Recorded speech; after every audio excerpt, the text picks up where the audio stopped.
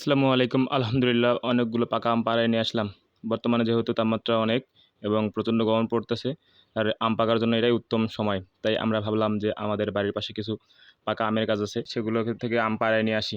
যেই হয় সেই কাজ, আমরা রওনা দিলাম আমাদের আম বাগানের ওই দিক। বাগানে পৌঁছাতে না পৌঁছাতে দেখি আমাদের পাট খেতে কে বা কারা যেন কিছু ছাগল বেঁধে রেখেছে। অনেক মানার পরও যখন এরকম কাজ করে তখন আর কিছু বলার থাকে না। যাই হোক, আল্লাহ তাদেরকে হেদায়েত দান করুক। যদিও ঘাসগুলো আমরা শুধুমাত্র আমাদের গরুর জন্য রেখেছি, কেননা এই জমিতে পাটের তুলনায় ঘাসে অনেক বেশি ছিল। তাই আমরা পাটগুলোকে পরে আর যত্ন নিই নাই, কিন্তু কিছু পরিমাণে সার দিয়েছিলাম যাতে ঘাসগুলো বড় হয় এবং আমরা পরবর্তীতে আমাদের যে গরুগুলো আছে সেগুলোকে খাওয়াতে পারি।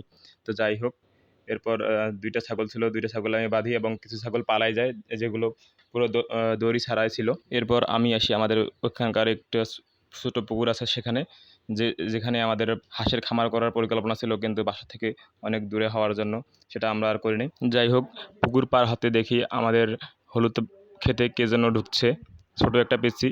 যদিও আমার দাদু সেখানে কিছু দড়ি বেঁধে দিয়েছিল যাতে কেউ চলাফেরা করতে না পারে, তবুও ওই জন্য কেমনে ঢুকছিল, এই জন্যে আসে একেও একটু পিটানি দিলাম।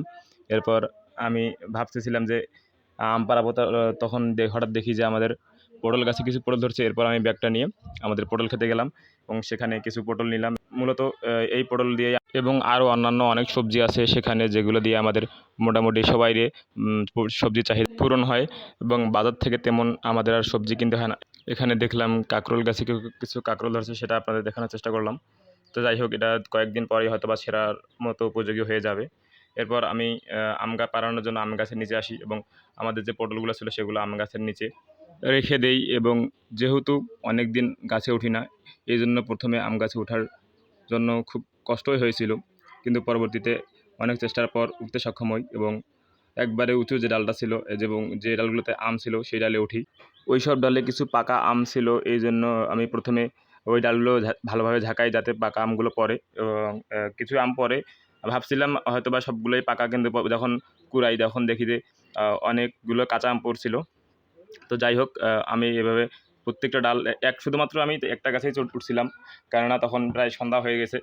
আর তখন ওই একটা গাছে ওই আমগুলো বড় বড় ছিল বলে আমি প্রথমে ওই গাছটায় উঠি এবং পাকা যে আমগুলো ছিল সেগুলো পারি। এভাবে এভাবে আস্তে আস্তে করে সবগুলো ডালি আমি ঝাঁকাই এবং যতগুলো পাকা আম ছিল সেগুলো পাড়ানোর চেষ্টা করি। আমার মনে হয় কম বেশি সব পাকা আমি পারতে সক্ষম আছি, তবুও কিছু আম ছিল যেগুলো আমি পারতে পারিনি। এগুলো পড়তেছিলও না। পরে যেহেতু সন্ধ্যা, সেই জন্য আমি আর দেরি করি নাই, সঙ্গে সঙ্গে গাছ থেকে নেমে পড়ছি এবং অনেকদিন পর অত উঁচু থেকে লাফ দিলাম। ভাবছিলাম পায়ে লাগবে, কিন্তু লাগে নাই। যাই হোক, আমগুলো কুড়িয়ে নিলাম ব্যাগের মধ্যে এবং এরপর যে পটলগুলো ছিল গাছের গোড়ায় সেগুলো কুড়ানোর চেষ্টা করলাম। এখানে কিছু পিচ্চি আসছিল যাদের সঙ্গে ফাজলামি করতে ভালোই লাগে, এবং আমি যখন ওই দিকে যাই প্রায় প্রায় তাদের সঙ্গে ফাজলামি করি এবং সময় কাটাই।